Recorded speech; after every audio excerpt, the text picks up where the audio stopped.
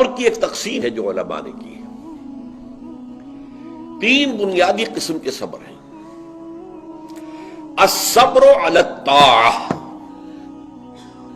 اطاعت پر صبر کرنا.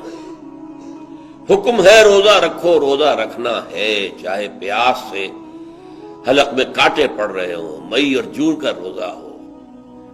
یہ جو ہے صبر علی الطاعہ ہے، اطاعت پر اللہ کا حکم ہے. آپ کہیں گئے ہوئے سوات کا اذان صبح کا وقت ہے اور آپ کو وضو کرنی ہے، پانی موجود ہے لیکن یخ ہے، ہاتھ لگانے سے بھی انسان خوف کھاتا، اتنا یخ. لیکن جب پانی ہے تو وضو تو کرنا ہوگا، صبر کرنا پڑے گا. یہ صبر علی الطاعہ کی ایک مثال ہے کہ اطاعت جو ہے اس کے لیے صبر کرنا، جھیلنا، اس کی سختی کو برداشت کرنا، اس میں جو تکلیف ہو اس کو جھیلنا. اللہ یہ کہ انسان بیمار ہو اور اندیشہ ہو کہ اتنے ٹھنڈے پانی کے استعمال کرنے سے جان جانے کا اندیشہ ہو، وہ بات دوسری ہو جائے گی. لیکن ایک آدمی صحت مند ہے، کوئی ایسا عذر نہیں ہے، کوئی بیماری نہیں ہے، تو اسے بہرحال وضو کرنا پڑے گا. اس لیے کہ وضو جو تیمم کی شرط ہے کہ پانی موجود نہ ہو، وہ شرط یہاں پوری نہیں ہے، پانی تو اویلیبل ہے. تو صبر علی الطاعہ، اطاعت پر صبر کرنا، تمام احکام جو ہے شریعت کا ان پر عمل کرنا جو ہے. اب صبح کا وقت ہے، ابھی آپ کو بڑی بسا اوقات ہوتا ہے، آپ کا بھی تجربہ ہوگا، کوئی مریض ساری رات کراہتا رہا ہو، فجر کے قریب آ کر کچھ سکون سا ہو جاتا، سو جاتا. یہ بڑی ٹھنڈی جو ہے وہ نیند ہوتی ہے صبح کی. اسی لیے اقبال کو جواب شکوہ میں جو اللہ تعالیٰ نے فرمایا تھا، کس قدر تم پہ گراں صبح کی بیداری ہے، ہم سے کب پیار ہے، ہاں نیند تمہیں پیاری ہے، صبح کا اٹھنا تو تم پر بہت بھاری. یہ صبر علی الطاعہ، صبر علی الطاعہ ہوگا کہ کچھ بھی ہے، بہرحال فجر کا وقت ہو گیا ہے، اٹھنا ہے، لازماً اٹھنا ہے.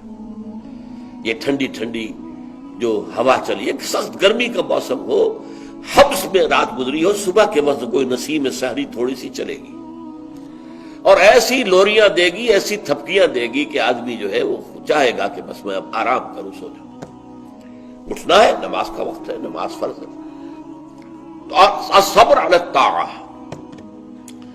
دوسرا صبر ہے الصبر عن المعصیہ، معصیت سے رک جانا، صبر کرنا.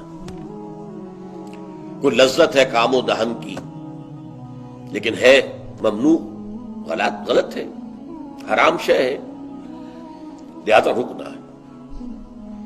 یہ ہے صبر عن المعصیہ. وہ ہے صبر علی الاطاعہ، اور یہاں آئے گا عن الصبر عن المعصیہ، معصیت سے اپنے آپ کو روکنا، بچانا. ٹیمپٹیشنز کتنی بھی ہوں، کتنا بھی جو ہے اس کے لیے آپ کے نفس کی طرف سے تقاضا ہو رہا ہو، کتنا ہی اندر سے وہ جذبہ ابھر رہا، روکنا، تھامنا، بند لگا دینا آگے، یہ صبر ہے. تیسرا صبر ہے صبر علی البلاء یا صبر علی الایذاء، آزمائش پر صبر کرنا اور ایذا پر صبر کرنا. اور صبر عن الطبع، یہ صبر علی البلاء جو ہے، اللہ تعالیٰ جو امتحان لیتا ہے انسان کا، ابتلاء، آزمائش. اللہ کی راہ میں جہاد کرنے میں ابتلاء آ رہا، آزمائش آ رہی ہے، جان دینا پڑے گی، مال دینا ہے. یا اور اسی طرح سے اللہ کی طرف سے آزمائش آ گئی ہے، آپ پر کوئی مصیبت آ گئی ہے، آیا اس میں آپ صابر رہتے ہیں یا اول فول بکنا شروع کر دیتے ہیں اللہ کے خلاف؟ اجی ہمارے ساتھ تو اللہ نے کبھی کوئی خیر کیا ہی نہیں، سب بھول گئے جو بھی اللہ تعالیٰ نے پہلے احسان کیے تھے، کیونکہ ایک آزمائش آ گئی. تو صبر علی البلاء. اب اس کے 2 حصے ہیں جو میں نے بیان کیے. ایک ہے صبر علی الایذاء، آپ اسلام کی دعوت دے رہے ہیں، کوئی آپ کو ایذا پہنچاتا ہے، سخت ایذا پہنچاتا ہے. یہ ایذا وربل بھی ہو سکتی ہے، یہ ایذا فزیکل بھی ہو سکتی ہے. وربل ایذا، پاگل ہو گیا، تمہارا دماغ خراب ہو گیا، تمہاری عقل الٹی ہو گئی، اوندھی ہو گئی، تم کسی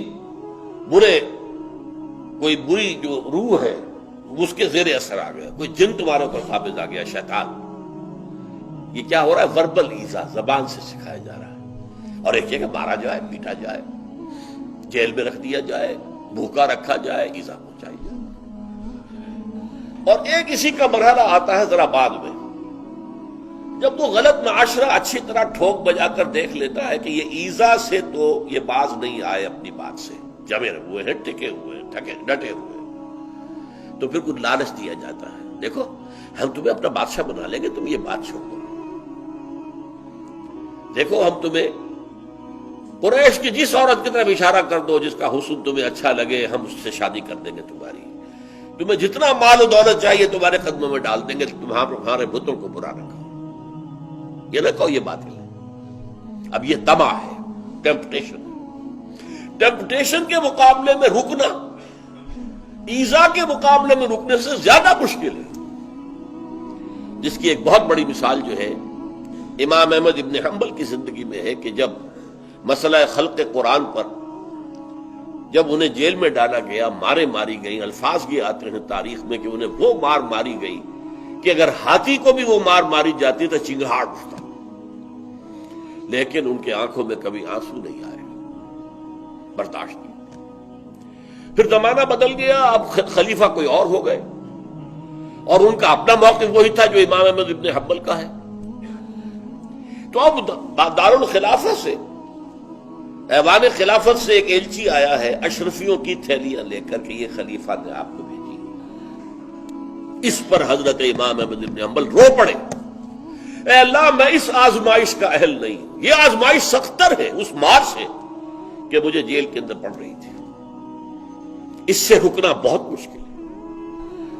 تو میں نے یہ صبر کی قسمیں آپ کو گنوا دی، صبر علی الطاعہ، صبر عن المعصیہ، نمبر 3 صبر علی البلاء، علی الابتلاء، اس کی 2 قسمیں، صبر علی الایذاء، اس کی 2 قسمیں، زبانی کلامی وربل یا فزیکل جسمانی طور پر تکلیف پہنچا کر، اور پھر صبر عن الطمع، ٹیمپٹیشنز کے مقابلے میں اپنے آپ کو رو کے رکھنا، یہ صبر کی قسمیں ہیں۔